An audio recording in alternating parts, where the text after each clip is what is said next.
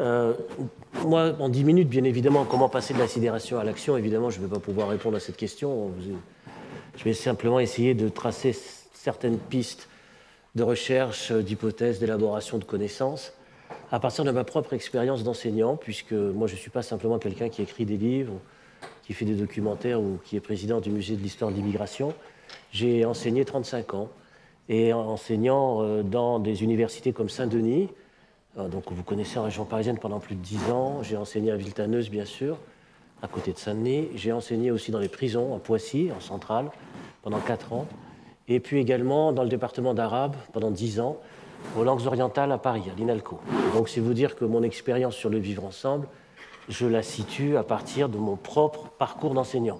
Que ce soit dans le département de langue arabe, où je faisais cours en amphi devant 400 à 500 étudiants qui venaient apprendre l'histoire de la civilisation du Maghreb et du Moyen-Orient, ou que ce soit à Saint-Denis, bien sûr, qui est une faculté de banlieue très particulière, où il y avait énormément aussi de questionnements, de discussions, d'interrogations, de problèmes sur notamment l'histoire. Donc, à partir de cette expérience, et pour aller vite, voici quelques-unes des réflexions que j'essaye peut-être devant vous de tirer à la lumière de ce qui s'est passé récemment en janvier et de ce qui m'avait, moi, interpellé du point de vue de l'enseignement.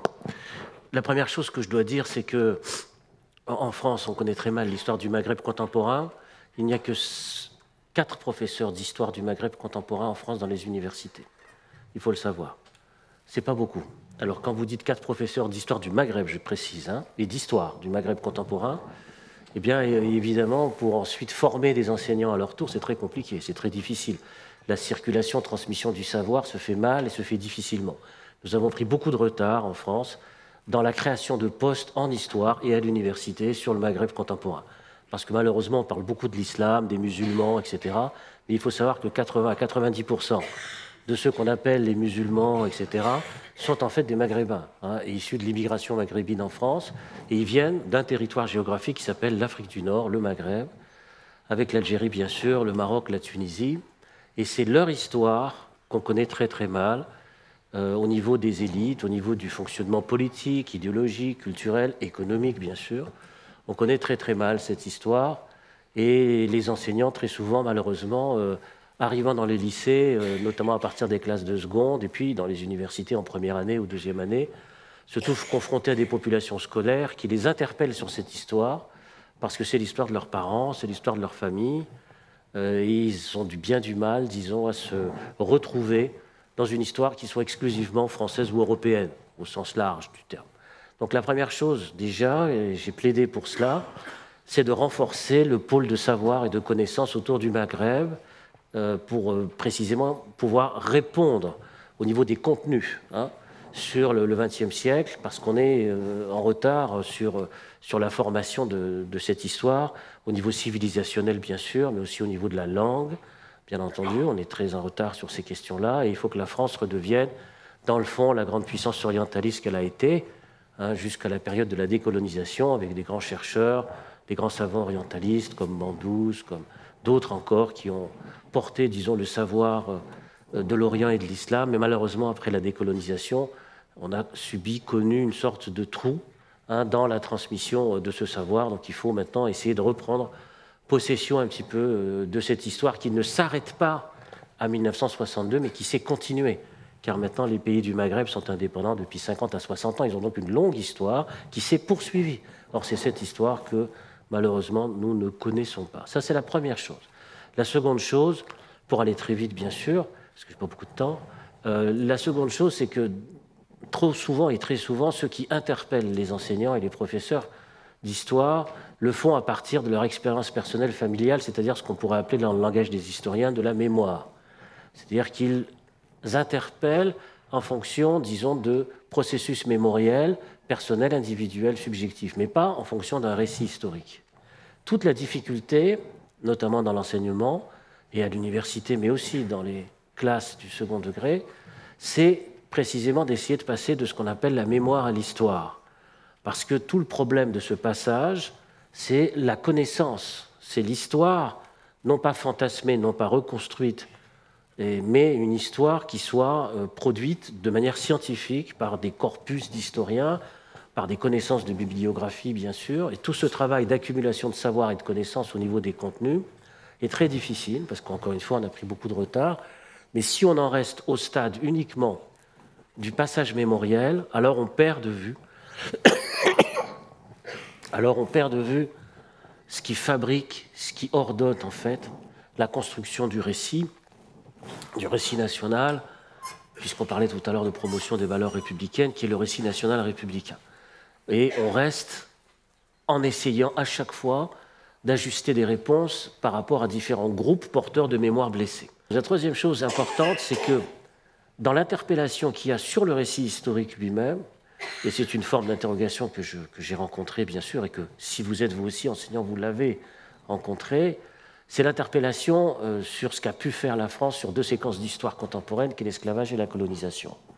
C'est sur ces deux questions, bien sûr, que les brûlures de l'histoire, les problèmes, les invectives, les replis communautaires, enfin bref, tout ce qu'on entend et tout ce qu'on voit, etc., se manifestent. Or, dans ces interpellations-là, il y a une profonde méconnaissance sur ce qu'est tout simplement l'histoire française en rapport avec la colonisation ou même l'esclavage. En d'autres termes, j'attire votre attention sur le fait que très souvent, on propose ou on a une version unilatérale de l'histoire de France, c'est-à-dire une histoire qui soit exclusivement celle de la critique de ce qui a pu être fait, en particulier sur l'histoire coloniale. Or, il y a tout un aspect et tout un pan d'histoire qui est celui aussi d'une France qui n'a pas accepté cette histoire coloniale, qui est passée sous silence, qui n'existe pas. Alors, on va pas ici, je ne vais pas ici faire devant vous un cours de contenu, bien sûr. Hein. Gambetta, Clémenceau, Jean Jaurès sont les grandes figures, disons, de l'anticolonialisme français, qui malheureusement ne sont pas connus sur ce registre-là. Ils sont connus sur un autre registre, qui est celui de la République, prise de manière, disons, généralement abstraite. Mais sur le registre historique de la colonisation, il faut savoir qu'ils se sont opposés à l'entreprise qui était celle de la France à la fin du XIXe siècle et au début du XXe siècle. Or, la connaissance de ces figures, qui sont des possibles figures d'identification pour les jeunes générations dans le refus de cette colonisation, est fondamentale. Je ne vais pas bien sûr parler ensuite de ce qui s'est passé dans le processus même de décolonisation, avec les figures de Sartre, voire de Camus aussi, qu'il faut réhabiliter à ce niveau-là. Or, toutes ces figures-là ne sont pas présentées dans un contexte historique précis qui est celui d'un engagement, disons, historique sur ce rapport à l'histoire coloniale. On a, disons, une sorte de frein intérieur à vouloir dire, dans le fond, qu'il y avait une double France. Une France qui, bien sûr, avait fait et accompli ce système et mis en œuvre ce système colonial injuste, inégalitaire, mais aussi une France qui a refusé cette histoire, cette entreprise, cette aventure, comme on disait à l'époque, qui était celle, entre guillemets toujours, de la mission civilisatrice de la France. Il y a toute une France qui a refusé cela. Or, le discours, par conséquent, doit être un discours venant des élèves qui est souvent un discours unilatéral. C'est-à-dire, ce n'est pas un discours de la complexité, mais c'est un discours qui est tout fait, unilatéral, de dénonciation. Donc il faut là aussi, je dis cela parce que montrer un autre visage de la France, c'est précisément s'inscrire dans une histoire française qui est celle d'une généalogie française, c'est-à-dire d'appartenance, une situation d'appartenance à une histoire.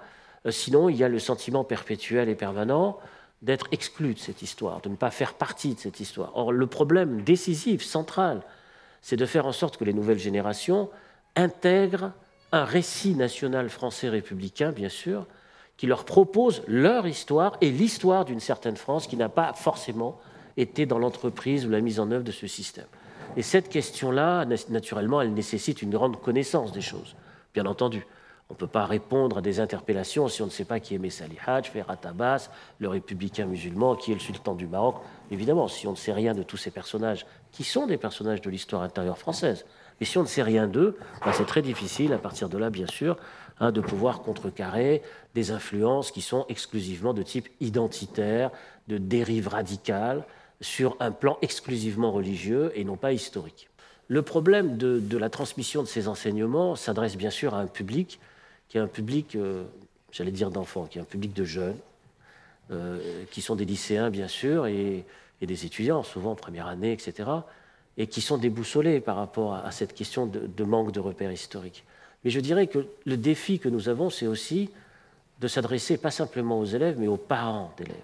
Et j'avais émis l'hypothèse, qui n'a pas été reprise par personne, de mettre en œuvre aussi un système d'éducation populaire, d'université populaire, ouverte aux parents. Parce que la question des parents est fondamentale.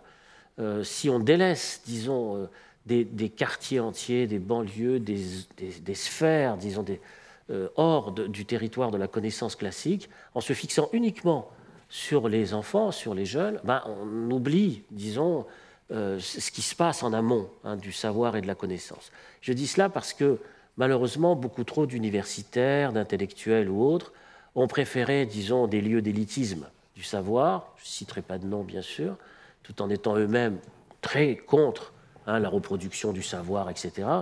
Mais bien peu se sont donné la peine d'aller enseigner dans les universités périphériques ou aller faire des conférences dans les médiathèques, par exemple, qui sont animées par des mairies, des municipalités qui sont tout à fait prêts à recevoir des enseignants, tout à fait prêts à recevoir des intellectuels et des universitaires qui viendraient débattre avec les parents, avec les familles, donc avec les enfants, de toutes ces histoires. Et dans le fond, il nous faut, à mon avis, pour accomplir cette révolution culturelle, tenir les deux bouts de cette histoire, à la fois le système d'enseignement et de transmission et la question des parents et la question des familles, parce qu'entre ces deux histoires, il y a un trou, et là, on n'arrive pas à raccorder les choses. Voilà, je vous remercie.